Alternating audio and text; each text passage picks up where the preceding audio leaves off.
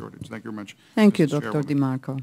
Our next witness is Dr. Lori Heim. She's the president-elect of the American Academy of Family Physicians.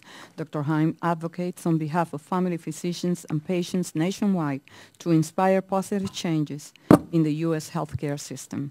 The American Academy of Family Physicians is one of the largest national medical organizations with more than 93,000 members. Welcome. Thank you, Chairwoman Velasquez and Representative Graves and members of the Small Business Committee.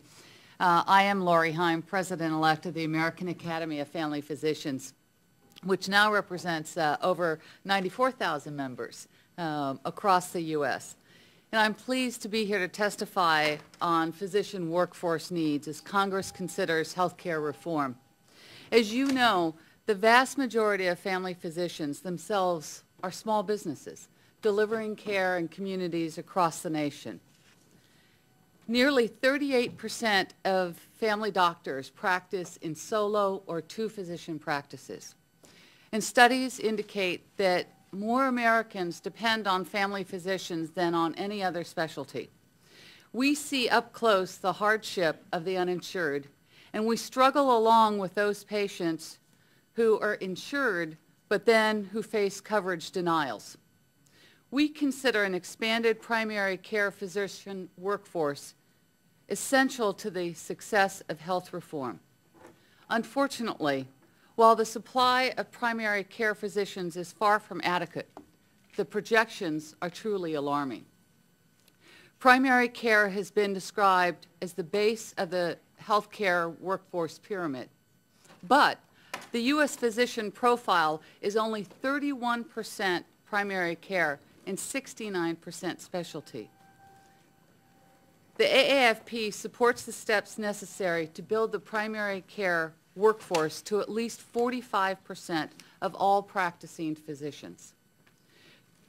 To restore stability, we must adopt workforce policies that ensure an adequate number of primary physicians who are trained to practice in the comprehensive patient-centered primary care medical home model. That model of care provides patients with preventive care as well as coordinates their chronic diseases and appropriate care for acute illness. To realize the quality and efficiency benefits of the patient-centered medical home, we must have an adequate supply of primary care doctors, particularly family physicians. The reasons for the inadequate supply of primary care are many, and we must address each one of these. The first and most critical step has already been mentioned, and that is to increase the payment for primary care.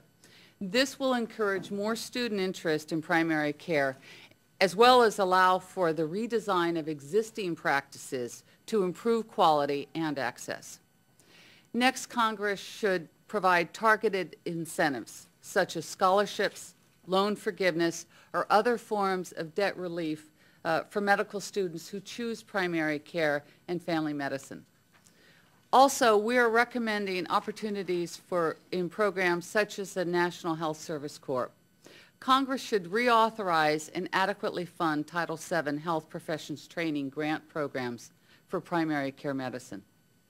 AAFP has also called for reforms to graduate medical education payments to ensure that we are training the primary care physician workforce that we need.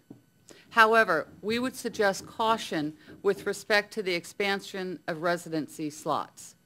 We recommend that unused residency slots be dedicated to primary care before an overall expansion of the number of residency slots is considered. We are grateful to the House discussion draft that it addresses the primary care physician workforce shortage with the provisions including the bonus payment for primary care services provided in health profession shortage areas, reauthorization and mandatory funding for Title VII, Section 747, the Health Professions Primary Care Medicine Training Program, and the National Health Care Workforce Commission to study and recommend appropriate numbers and distribution of physicians. We look forward to continuing to work on workforce and other key elements of health care reform. Now is the time to provide affordable, high-quality health care coverage. The status quo is not working, neither for the physicians nor for the patients. We urge Congress to invest in the health care system that we want, not the one that we have now. Thank you very much.